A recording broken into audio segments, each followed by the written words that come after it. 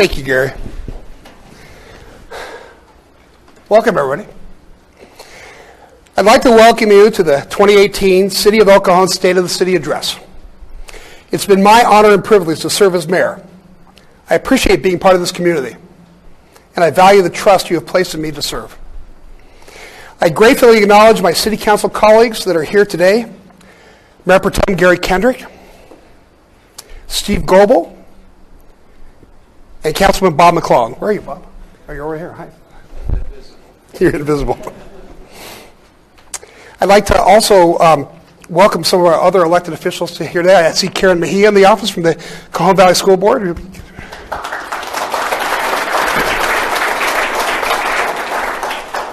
And of course, Laura Koval, who just got elected in Santee. Are there any other elected officials I'm missing today? I would hate to do that. Okay. And, of course, so many close friends and colleagues, people that work with all of us in so many different aspects of civic life. Thank you for being here today. I would also like to acknowledge our city management's team. One reason this is such an exciting time in El Cajon is that over the last year, we have brought on talented individuals to augment our city staff. This includes several new department directors. We have a new assistant city manager named Vince DiMaggio. Vince, where are you? Hey, Vince. And we also have, of course, our new city manager, Graham Mitchell. There are so many dedicated and talented employees who help our city to operate. I would like to acknowledge each of their efforts. I also wish to acknowledge our police chief, Jeff Davis, and our fire chief, Steve Swaney, who are both in the audience today.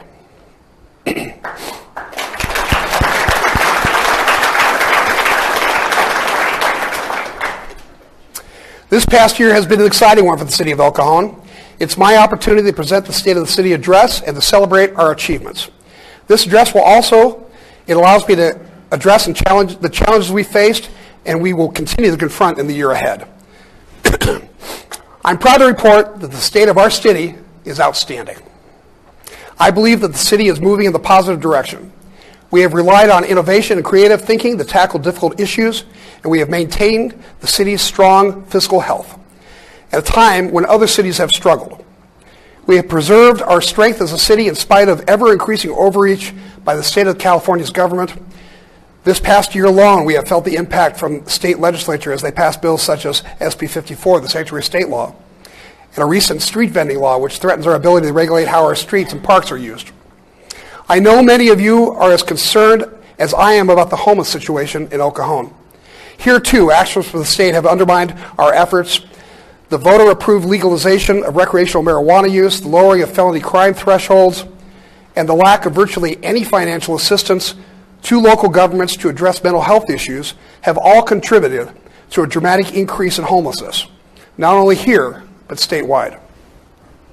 Despite these hindrances, we are working diligently with our community's nonprofit partners, County Social Services, the East County Homeless Task Force, and others to find real solutions to the homeless issue. This work will continue throughout the next year. Over the past year, the City Council and I have focused on many priorities. If you want to categorize the city's major accomplishments in 2018, they fall into four primary objectives. Number one is public safety. Second, neighborhood improvements. Third, economic development. And fourth, fiscal responsibility. I wish to highlight several achievements related to these four efforts.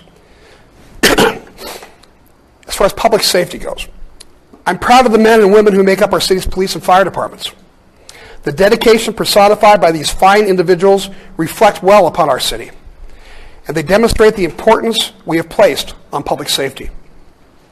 To be a public servant in this capacity is difficult and often dangerous work. To all public safety personnel, you have all of our thanks. I'd like to give them a round of applause.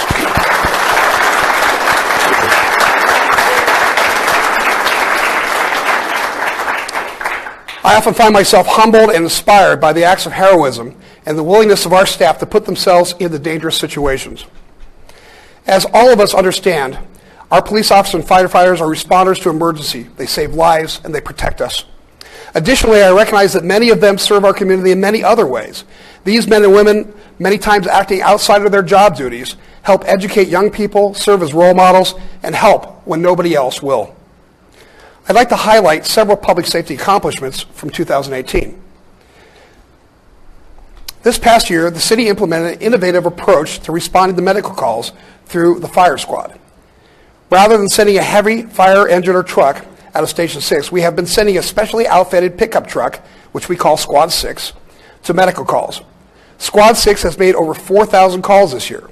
During the past year, the city's police department, along with the city attorney's office, shut down several marijuana dispensaries by engaging in 5 raids and making 18 arrests. The city served 5 search warrants and impounded 1,409 pounds of marijuana and almost $70,000 in cash. The confiscated marijuana, along with 1,000 pounds of edibles, is valued at over $4 million in product that was illegally being sold. Since 2014, the city has shut down 57 illegal marijuana dispensaries. Also, you may not be aware, but suicide rates among first responders now outnumber line-of-duty deaths. In response to this, the city's fire department proactively implemented a vital peer support group program for our public safety staff. Lastly, the city's most significant capital project in 2018 was the completion of the new animal shelter. This 14,000 square foot state-of-the-art facility will serve our community for many years to come. Using public safety bonds, the project cost approximately $10 million and came in under budget. I believe this new facility is the best animal shelter in San Diego County and will be a safe and comfortable shelter for animals in need. In addition to public safety, improving our neighborhoods is also vital. This past year, the city of El Cajon has been a leader in addressing the homeless crisis that our region, and in truth, all of California, is experiencing. While taking on this challenge, the city has strengthened its partnerships with the East County Transitional Living Center, the East County Chamber of Commerce, Crisis House, the Salvation Army, and the County of San Diego. Working with Crisis House and the Salvation Army, we are proactively seeking homeless individuals who want housing. Through the Housing Navigator, Housing Assistance Funds, and the Way Back Home program, the city has helped over 90 individuals find permanent housing, individuals that were recently homeless in our community. El Cajon's approach is a two-pronged approach. While we do provide extensive options for anyone who wants housing, we are also doing everything we can to ensure that our city is safe. The city has taken a zero-tolerance stance on violations such as trespassing, illegal drug use, consuming alcohol in public. Unlike some other cities, we do not tolerate tent cities on our sidewalks or encampments in our parks.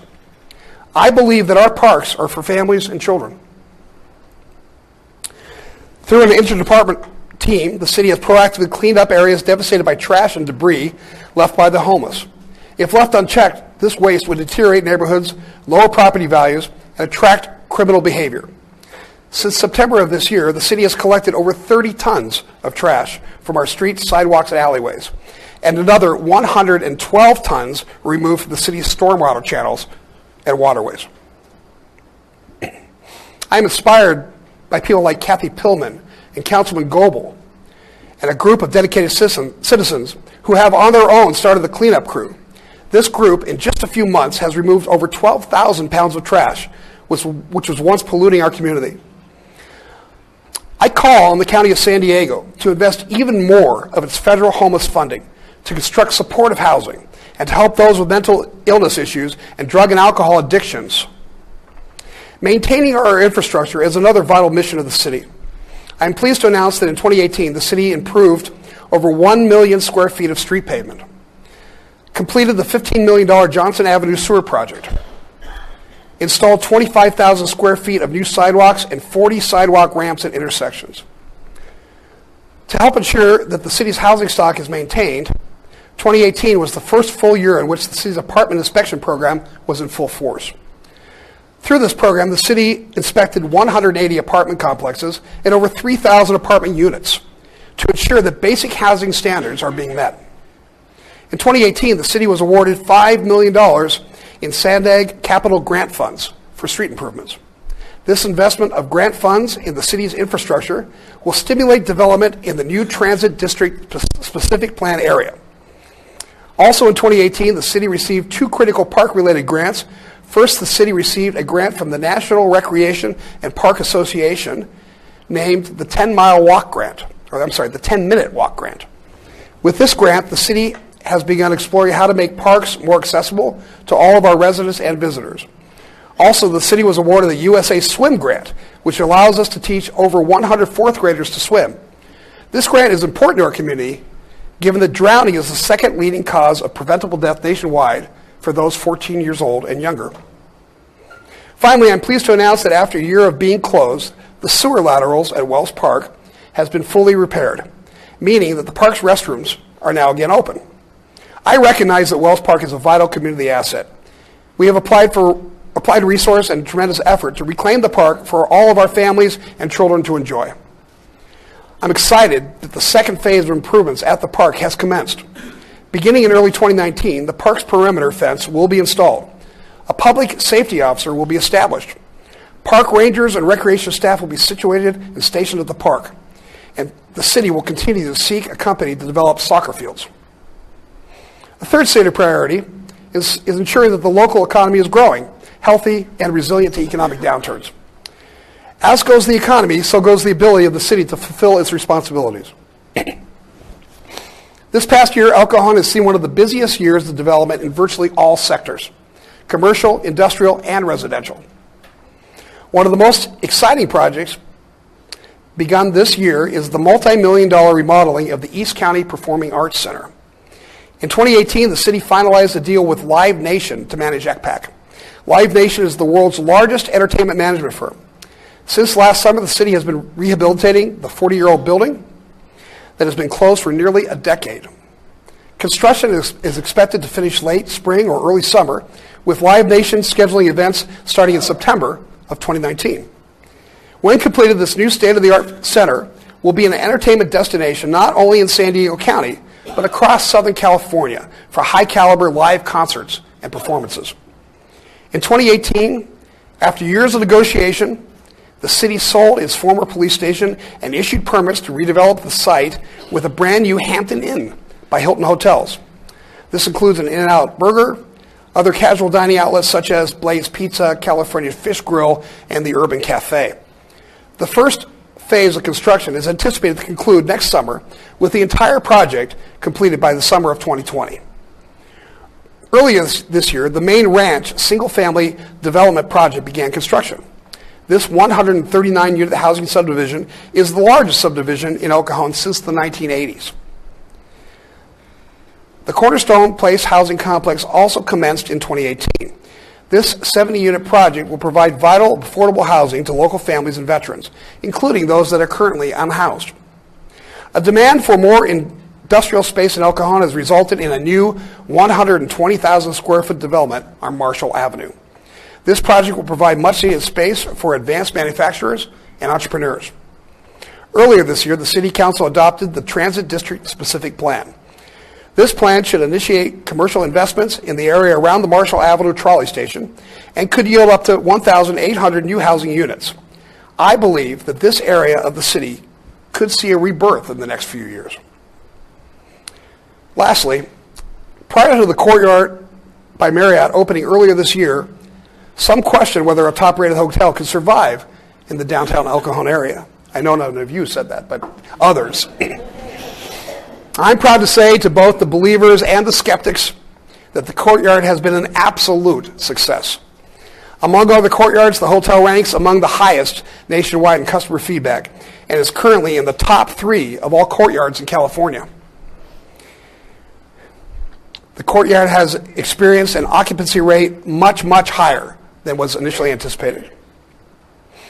The last priority I want to address is the city's commitment to being fiscally responsible and a good steward to the taxpayers.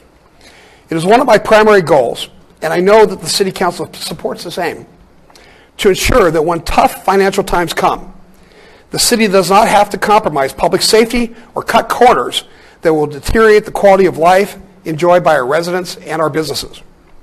I'm happy to report that the city recently closed its books on last year's budget, and our city's finances are strong. This means we have a balanced budget. Since the recession of 2008, like many cities, El Cajon has toiled to recover from losing 26% of its annual sales tax revenue. I'm happy to report that the city has bounced back exceedingly well. However, we have remained vigilant in protecting our commitment to sound fiscal practices. Because of this, our financial reserves are greater than required. I believe that these are necessary because of the economic uncertainty and the certainty that the pension costs will continue to rise. The city's prudent budget efforts have had an impact on the city's fiscal health. Last year, the city generated $6.6 million more in general fund revenues than was spent. This is a greater than expected outcome. These additional funds will help the city complete several important one-time capital improvement projects. This surplus of revenue will also help the city brace for two fiscal threats mentioned earlier: the potential of an economic downturn and the cost of looming pension costs. In the past 5 years, the city's annual pension costs have increased by 104%. We forecast that our annual costs will increase by another 49% over the next 5 years. We have absolutely no control over the fact that over the next 5 years, the city will be forced to pull over $30 million out of anticipated revenues. Over the next year, I encourage my colleagues, staff, and the community to be committed to protecting the city's fiscal health, especially given the threats that I see ahead for us. In 2019, I aim to work with my colleagues, city staff, and the community to making further progress on our goals. Next year, I look forward to reporting back on several significant projects that the city will be working on. Number one, maintaining our fiscal health and continue our commitment to a balanced budget. Addressing the impacts of homelessness and working with neighboring cities, the county, and other partners on this issue. Reopening the East County Performing Arts Center with Live Nation as our partner. Working with developers in repurposing the closed Sears store at Parkway Plaza. Our goal is to create an active retail space that uses and modernizes the appearances of the mall. Working with MTS to develop a high-quality housing development at the El Cajon Transit Station. This project will be a catalyst for future development in this area. And something I think is very important, making our streets safer by curbing reckless driving and speeding and increasing pedestrian safety. We have to make that a top priority. And lastly, focusing on vice issues, such as cleaning up our motels, addressing illegal gambling, and shutting down marijuana dispensaries. In closing, not only am I proud to report that the state of the city is excellent, I'm genuinely excited about the direction our city is going. I believe that we are addressing our challenges in a responsible manner, and we are providing tangible, positive results for our residents. In 2019, we will continue to improve safety, invest in our neighborhoods, strengthen our economy, and fortify our fiscal condition. And finally, on a personal note, I know I speak for the entire City Council in telling you that we are very proud of this city.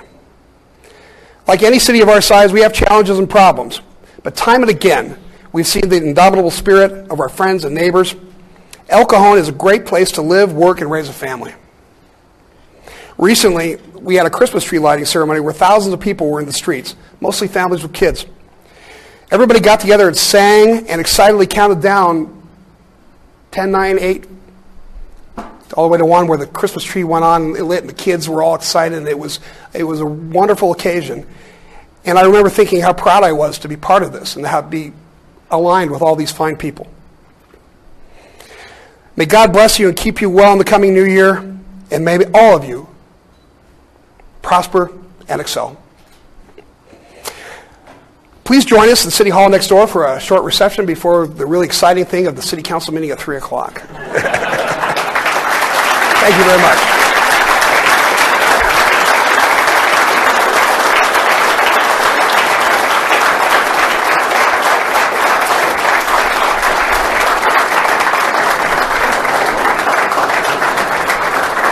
Chief?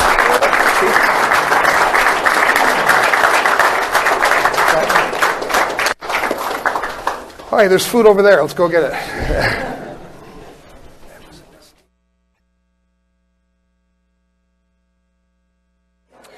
Ladies and gentlemen, welcome back to the City Council meeting.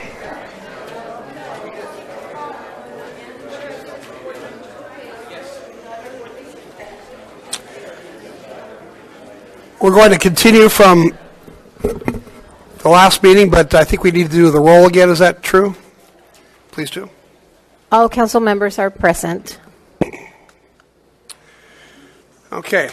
The city clerk posted orders of adjournment of the November 13th, 2018 meeting and the agenda of the December 11th, 2018 meeting in accordance with state law, council, and housing authorities policy. All right. I would like to ask the city clerk to recite the results of the November 6th, 2018 election. The San Diego County Register of Voters has canvassed the results of the November 6, 2018 election and declares the results for Mayor of El Cajon and City Council member for District 1 as follows. For Mayor, Bill Wells, 14,803 votes. Joel A. Scalzitti, 6,295 votes. And Robert M. Weaver, Jr., 1,917 votes. For City Council member, District 1, Gary Kendrick, 6,826 votes, and Ben Calacio, 1,281 votes. It is staff recommendation that the City Council adopts the next resolution and order declaring the results of the November 6, 2018 election for Mayor and District 1 Council member. Thank you. At this time, the council is being asked to consider a resolution declaring the election results. Does the council have any questions? Move the recommendation for the results. Second. Moved and seconded. Please vote. Motion carries by unanimous vote. All right. The oath of office will now be administered by our city clerk. Me first.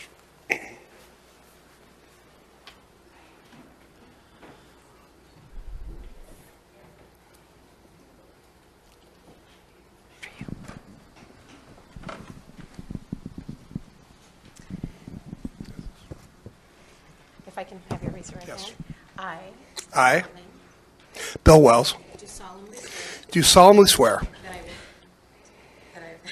that I will support and defend that I will support and defend the Constitution of the United States the Constitution of the United States and the Constitution of the State of California and the Constitution of the State of California against all enemies, against all enemies, foreign and domestic, foreign and domestic, that I will bear true faith and allegiance that I will bear true faith and allegiance to the Constitution of the United States to the Constitution of the United States and the Constitution of the State of California, and the Constitution of the State of California, that I take this obligation freely that I take this obligation freely without any mental reservation without any mental reservation or purpose of evasion, or purpose of evasion, and that I will well and faithfully and that I will well and faithfully discharge the duties upon which I am about to enter. I am about to enter. Congratulations, sir.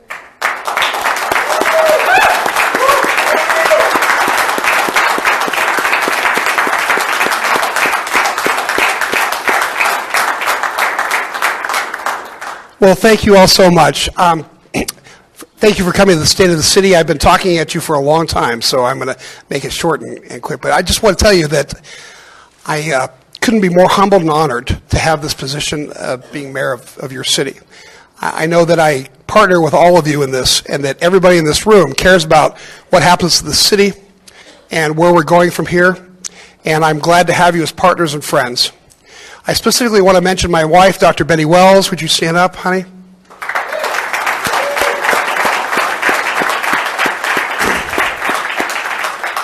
Who has been my best friend and my wife and my confidant and my political strategist and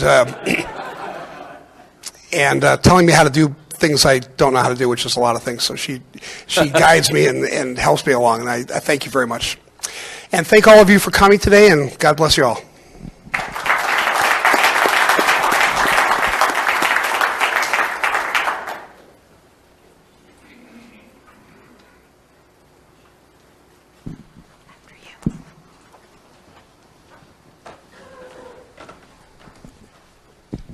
If I can please have you raise your right hand. Say I, state your name. I, Gary Kendrick, Do solemnly swear do solemnly swear I will support and defend I will support and defend the Constitution of the United States the Constitution of the United States and the Constitution of the State of California and the Constitution of the State of California against all against all enemies, foreign and domestic, foreign and domestic, that I will bear true faith and allegiance that I will bear true faith and allegiance to the Constitution of the United States to the Constitution of the United States and the Constitution of the State of California, and the Constitution of the State of California, that I take this obligation freely that I take this obligation freely without any mental reservation or purpose of evasion, and that I will well and faithfully and that I will well and faithfully discharge the duties discharge the duties upon which upon which I am about to enter. I'm about to enter.